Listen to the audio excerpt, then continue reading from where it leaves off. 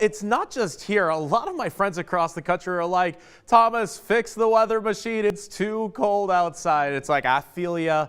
I feel ya, because it was this Arctic air that moved into most of the U.S. and we got a bit of that, but it will be our last cold morning. I'm fixing the weather machine here, I promise. Warmer by the weekend, heavy rain and mountain snow for next week, and we'll show you that in the extended forecast. But this morning, just a little bit of cloud cover drifting through the inland northwest, not really disturbing us. In fact, it might help us out temperature-wise, if only by a couple degrees. But we're holding steady in the 20s, which is honestly good enough because it could have been a whole lot colder. It is March 10th, which means it's Mario Day out there, and our day planner has us in the 40s for today. I do want to know what your favorite Mario game is. Mine is Super Mario World for the Super Nintendo. Channing, big Mario Kart fan.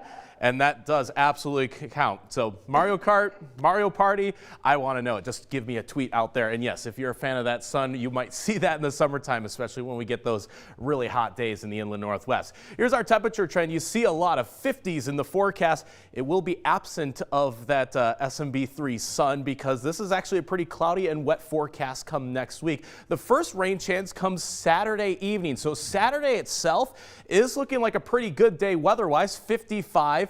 Partly cloudy at first, turning more cloudy. The rain moves through during the evening hours on Saturday. We'll have a chance for a few showers on Sunday. So here's the next two weather systems that we see in our forecast. The first moves through right in the middle of the weekend. If it came a little bit earlier, like it's going to for Seattle, it would rain on Saturday. But we get a dry Saturday, late Saturday, early Sundays. When we see that rainfall with that weather system, moves out pretty quickly. And then the next one is already lined up in the northern Pacific Ocean. This will give us rain likely Monday evening and into Tuesday. This one does look like the wetter and more rainfall of the two systems overall, but still, it's going to be heavy rain out west and heavy mountain snow across the Cascades and northern Rocky Mountains. Here in Spokane, how much rain might we get?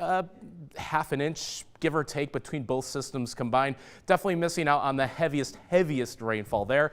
But as mentioned, those temperatures will easily be in the 50s starting this weekend and most of next week.